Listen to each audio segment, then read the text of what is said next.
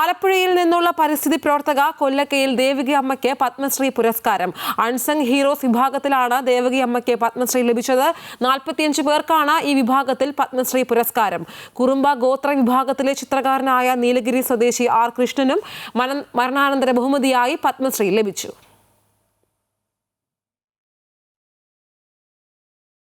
Devaki Amma G, Kerala, awarded Padma Shri.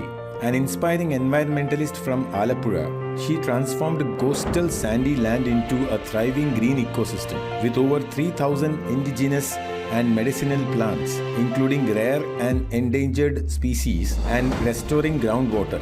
Kolakkail Devaki Amma has inspired more than 2,000 families to adopt sustainable practices, creating a powerful people's movement.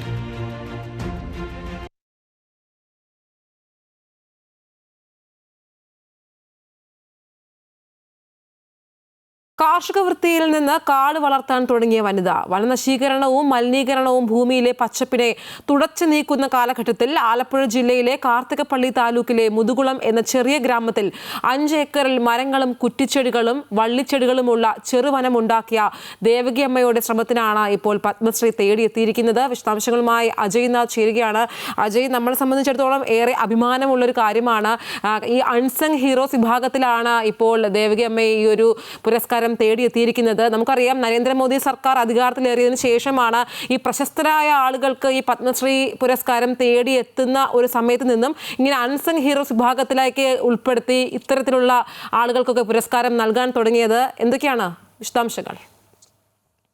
Aishwarya, തീർച്ചയായും നരേന്ദ്രമോദി സർക്കാർ അധികാരത്തിൽ വന്ന ശേഷമാണ് ഈ പ്രശസ്തരല്ലാത്ത എന്നാൽ തങ്ങളുടെ മേഖലയിൽ പ്രത്യേകമായ മികവ് പുലർത്തിയിട്ടുള്ള ആളുകളെ കണ്ടെത്തി അവർക്ക് പത്മശ്രീ അടക്കമുള്ള പത്മ പുരസ്കാരങ്ങൾ വിതരണം ചെയ്യുന്ന അല്ലെങ്കിൽ സമർപ്പിക്കുന്ന ഒരു ഘട്ടമെത്തിയത്.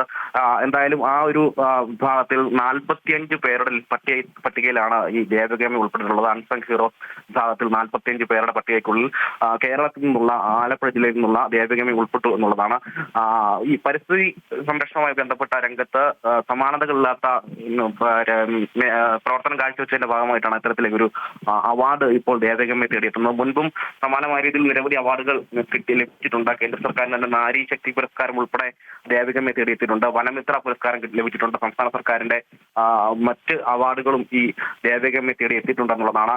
മറ്റൊന്ന്, ഒരു കാർഷിക പാരമ്പര്യമുള്ള കുടുംബത്തിൽ നിന്നാണ് ദേവകി എത്തുന്നത്. എന്തായാലും 92 വയസ്സിലും ഈ വീടിന് പിന്നിലുള്ള 5 ഏക്കർ സ്ഥലത്ത് ഒരു വനം സൃഷ്ടിക്കുക എന്ന് പറയുന്നത് ചെറിയ കാര്യമല്ല. അത് ഈ പരിസ്ഥിതി സംരക്ഷണവുമായി ബന്ധപ്പെട്ട അല്ലെങ്കിൽ വനവൽക്കരണവുമായി ബന്ധപ്പെട്ട ഒരു ജീവിതം ഒഴിഞ്ഞു വെച്ച ഒരു ജീവിതം തന്നെയായിരുന്നു ഈ ദേവകി അമ്മയുടെ എന്നുള്ളതാണ്. ഒരു അപകടത്തിന് ശേഷമാണ് ഇത്തരത്തിലേക്ക്, അതായത് വയലിൽ ഈ കൃഷിക്ക് ഇറങ്ങുവാൻ കഴിയാത്ത സാഹചര്യം വന്ന ഘട്ടത്തിലാണ് വീടിന് പിന്നിലുള്ള ഈ 5 ഏക്കർ സ്ഥലത്ത് ഈ ചെടികൾ നട്ടു വളർത്താനുള്ളൊരു നിലയിലേക്ക് ദേവകി അമ്മ മാറുന്നത്. അത് ഇപ്പോൾ 3000-ൽ മുകളിൽ മരങ്ങൾ, ഔഷധ ചെടികൾ ഉൾപ്പെടെ മരങ്ങൾ ഉൾപ്പെടെയുള്ള വലിയ കാടായി മാറിയിരിക്കുന്നു എന്നുള്ളതാണ്. 40 വർഷം നീണ്ടു നിൽക്കുന്ന ഒരു തപസ്യ തന്നെയായിരുന്നു ഇതിന്റെ ഭാഗമായിട്ട് ഉണ്ടായിരുന്നത് എന്നുള്ളതാണ് ദേവകി അമ്മയുടെ ആ ഒരു പ്രവർത്തനം. പാരിസ്ഥിതിക രംഗത്ത് നിരവധിയായിട്ടുള്ള ആളുകൾ അവിടെ എത്തുകയും ഒരുപാട് പ്രശസ്തി നേടിയിട്ടുള്ള, അന്താരാഷ്ട്ര തലത്തിലെല്ലാം തന്നെ പ്രശസ്തി നേടിയിട്ടുള്ള ഒരു വ്യക്തി കൂടിയാണ് ദേവകി അമ്മ. എന്തായാലും അർഹതയ്ക്കുള്ള അംഗീകാരം എന്ന് തന്നെ പറയണം. ദേവകി അമ്മയ്ക്കും ഇപ്പോൾ പത്മശ്രീ പുരസ്കാരം ലഭിച്ചിരിക്കുന്നു. ഏറ്റവും അഭിമാനത്തിന്റെ നിമിഷങ്ങളിലൂടെയാണ് കേരളവും ഒപ്പം ആലപ്പുഴ ജില്ലയും കടന്നു പോകുന്നത്. ശരിയാണ്.